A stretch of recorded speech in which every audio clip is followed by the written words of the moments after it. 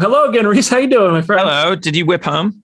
I can't. I'm staying at the Hollywood Roosevelt. I flew in just to host that press conference and then come back and do these. Okay, sorry, I'm eating your time. I shouldn't have asked that. Oh no, we're good. We're good. I'm excited. I want to hear about the Christmassy elements because we talked a bit about this at the press conference. But I'd love to hear: were there other movies or shows or anything that has done this theme before that you looked at and you were like, you know what, they did this. I want to put our spin on it.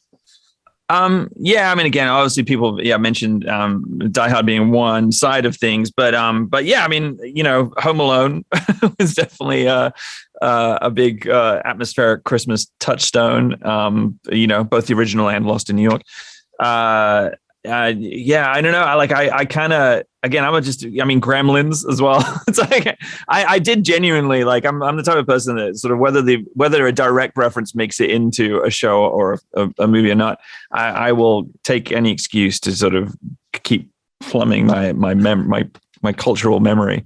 Well, I dig what you injected into it, man. And you're not just director here in episodes 1 and 2 that we've seen. You're also an executive producer. So, and I know that in the Marvel Cinematic Universe, the producers are the ones who are always talking with each other from all the different projects. I would love to hear, stepping into this world in such a big capacity, what was it like to have to work with other projects that are running simultaneously in the same world and make sure, one is complementing the other. They're not interfering with each other. Like, how did that go?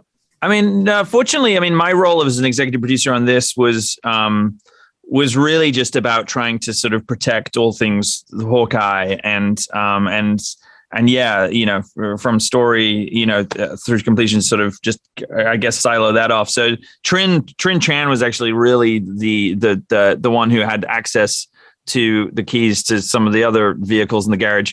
But then even I think above her, then just Kevin. So we would both sometimes have that surprise of my general experience was I would sort of have an idea in the middle of the night and get all excited and rush in the next day and then think, oh, I've solved this problem. And then you'd find out, and then sometimes Trin wouldn't even know that, oh, they're doing that in this show, so you can't. And that was the way I usually found out. It sounds like a hurricane of fun and also terror. Yeah.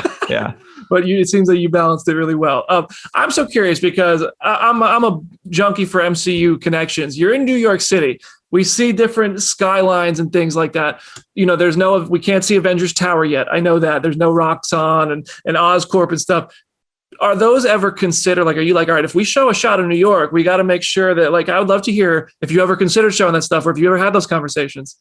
Oh, no, absolutely. Yeah. The New York and the MCU does have its own, little geographic components. And so, yeah, I mean, again, I grew up, didn't grow up, but I grew up as an adult in New York and obviously was SNL for a long time. So I take the city very seriously and sort of took a lot of pride, I think, in sort of shooting it and trying to be as accurate as I could about it. But yeah, you have this other layer of oh, that's what Grand Central is really this. There's the memorial to the Battle of New York. And there's this. And so, but you've got this deep archives to sort of pull on and elements from these other movies that have been here and yeah, I don't know. Again, I didn't have to worry about it too much. I knew that there was someone that would know, that's where that thing is. And listen, thank you so much for the time, dude. Congrats on some great episodes. And I appreciate the time.